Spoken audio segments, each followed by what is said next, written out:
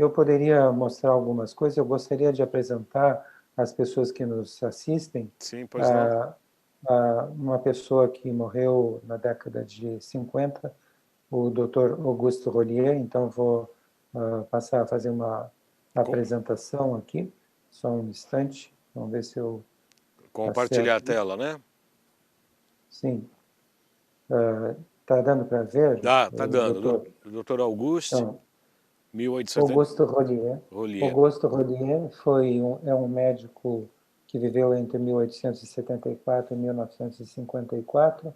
Ele era um médico suíço, né? E ele tratava a tuberculose na época anterior ao Deixa eu surgimento ver. dos primeiros antibióticos para a tuberculose, né? Como é que ele tratava a tuberculose, né? Então, vamos ver, ele construiu... É importante que se saiba uma coisa muito simples sobre a geografia da Suíça, Um monte de né? mensagem. No norte da Suíça, as pessoas estão muito mais próximas do nível do mar. Mas no sul da Suíça, ele construiu...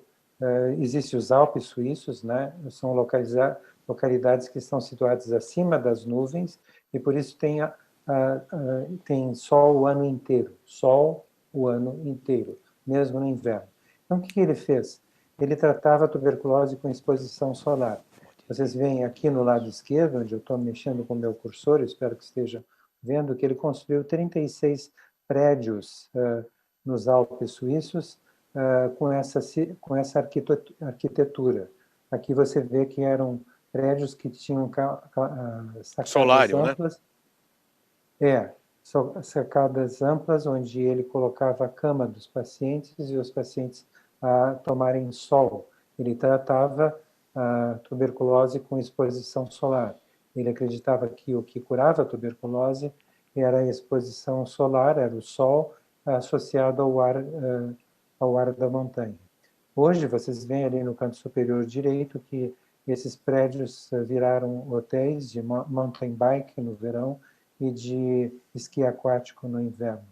Aqui nós temos uma foto do verão suíço, né? Vários meninos com tuberculose acorrendo às instalações do Auguste Rollier, tendo a maior parte do corpo possível descoberta para ter a mais ampla exposição solar. Uhum. Aqui nós vemos que no inverno esse tratamento não poderia parar, e nós temos uma menina andando de esqui na neve, vestindo apenas uma calcinha. Essas duas meninas brincando na neve no inverno, tomando sol, com o corpo praticamente descoberto para tratar a tuberculose. Aqui mais uma imagem dessa época, e aqui uma coisa curiosa: o ano letivo não podia ser interrompido, e por isso essas crianças tinham aulas nessa situação que vocês estão vendo aí, ou seja, sob ampla exposição ao sol. Aqui nós temos mais uma imagem dessa época, e aqui eu gostaria de mostrar uma das complicações da tuberculose, que é chamada de mal de Pote, né? Porque, como o cursor está mostrando ali no lado esquerdo, a tuberculose ataca a coluna, iniciando nos chamados discos cartilaginosos intervertebrais, né? E a partir daí vai se propagando, destruindo o tecido ósseo das vértebras. Então, isso é chamado de mal de Pote, né?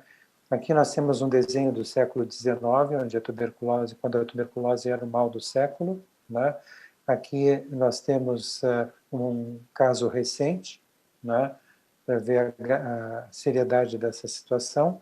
Aqui nós temos uma pessoa que foi a óbito com mal de Pote. Nós vemos que o tuberculoma, que está aqui indicado pelo cursor, estava comprimindo a medula espinhal e provocando paraplegia nessa pessoa. Aqui nós temos uma menina na Índia com o mal de Pote. Vocês veem as vértebras salientes. No próximo diapositivo, vocês veem a mesma menina esperando na sala do raio-x, em perfil, para ver a curvatura acentuada de um ponto localizado da medula, da coluna, desculpe, né? E aqui nós desculpe, nós vemos uma paciente Com a coluna dorsal totalmente afetada pelo mal de Pote, resultando em proeminente corcunda, uma paraplegia, inclusive, e atrofia muscular, né, doutor? Obrigado. Quando a paciente chegava para se tratar com exposição solar, ele batia uma foto com o paciente com o fundo escuro para mostrar como a pele estava pálida por falta de exposição ao sol, e depois ele mostrava o efeito do tratamento, no caso, depois de 15 meses, aí ele colocava um fundo claro, né? E para demonstrar como a pele estava pigmentada e como que a situação foi corrigida. Revertido. 25 anos depois, essa paciente era médica e jogava tênis, né, gozando de excelente saúde. Aqui nós temos um menino que está numa situação de tão acentuado emagrecimento, que nós chamamos de caquexia. Ele tem apenas 4 anos de idade e tem 34 focos de tuberculose óssea, Meu né? Deus. Essas adenites que vocês estão vendo aqui, né? Que popularmente são conhecidas como ínguas, né? Pelo menos em algumas partes do Brasil. Nós temos numerosas fístulas, como essa, fístulas tuberculosas, como essa que está aqui também no antebraço direito do menino, tuberculose avançada dos 2 pés, da mão direita, do pulmão esquerdo, e da membrana que reveste internamente o abdômen, que é chamado de peritônio, por isso peritonite. Numa época em que, veja o fundo escuro para demonstrar a pele clara, sem exposição solar, isso numa época em que não havia antibióticos para tuberculose, esse menino estaria condenado à morte praticamente a poucos dias de morrer, e depois de 1 ano de tratamento você vê o mesmo menino, agora com fundo escuro, né, com as cicatrizes das fístulas, como você vê aqui, e das cicatrizes das lesões ósseas, tanto na mão quanto nos pés, mas você vê o ganho de peso, o aspecto saudável dessa criança. Só né? com o sol, doutor? Só com o sol? Exatamente, ele só fazia exposição solar naqueles solários, que, como você chamou, que depois passaram a ser chamados de sanatórios. Né? Quando Auguste Rollier morreu, colocaram vidros, como vocês estão vendo aqui, nos sanatórios. Né? Os vidros não permitem a passagem do raio ultravioleta do tipo B, que é o que produz a vitamina D na nossa pele, né? que é o tipo de radiação solar que está presente quando o Sol se aproxima do meio-dia. Né? Então, você tem nessa fase que é desaconselhada pelos dermatologistas, justamente a fase onde você produz exposição solar. Salientando que a exposição solar é a única fonte natural de vitamina D, e que vitamina D não é vitamina, repito mais uma vez, ela é um hormônio. Sim. Se sabe disso desde 1930, desde a época anterior à Segunda Guerra Mundial.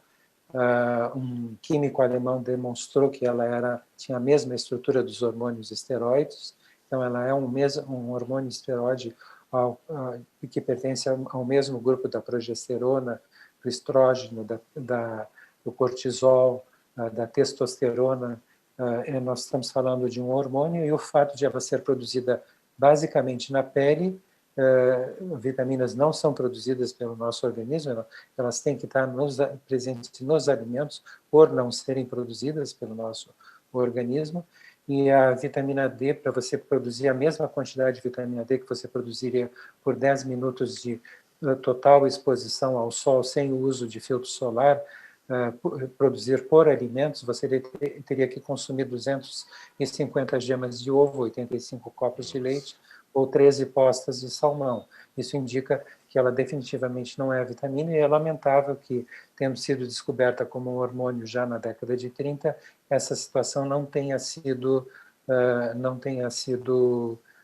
mudada. Ela continua a ser chamada de vitamina D, e isso ainda hoje provoca grandes confusões, tanto na classe médica quanto no público em geral. Né? Aqui nós temos uma dessas consequências, né, isso é um slide de 2018, né? A Organização Mundial de Saúde demandava ação urgente para acabar com a epidemia da tuberculose, que estava ceifando 4.000 vidas por dia no mundo, né? E isso em decorrência do fato de que, a partir da década de 80, as pessoas passaram a evitar o sol e, quando se expunham ao sol, colocavam filtro solar que bloqueia completamente a produção de vitamina D. Progressivamente, as cidades foram se urbanizando muito mais rapidamente e nós chegamos ao ano 2000 com 80% da população mundial vivendo em cidades, dentro de apartamentos, usando jogos eletrônicos, televisão para se divertir, e os poucos que iam ainda a parques e a praias colocavam um filtro solar que bloqueava a produção de vitamina D. O resultado foi que nós tivemos uma grande e progressiva e cada vez mais profunda deficiência de vitamina D, afetando a maior parte da população mundial. Hoje em dia tem níveis subótimos de vitamina D, insuficientes para provocar todos os seus efeitos biológicos. Nas últimas décadas se descobriu que ela tem mais de 80 funções diferentes no nosso organismo, né? Mas a que mais nos interessa agora, veja que o Augusto Rorier foi ridicularizado quando colocaram os vidros, né? E os sanatórios pararam de curar a tuberculose, foram fechados no mundo inteiro, e ele foi ridicularizado, né, como sendo um lunático. Hoje, se você abre o Google Acadêmico, que é a nossa fonte de informação, publicações, né? Publicações científicas as mais recentes, e você coloca a vitamina D e tuberculose, você encontra 57.300 publicações que virtualmente reabilitam, né, a memória do Augusto Rolier.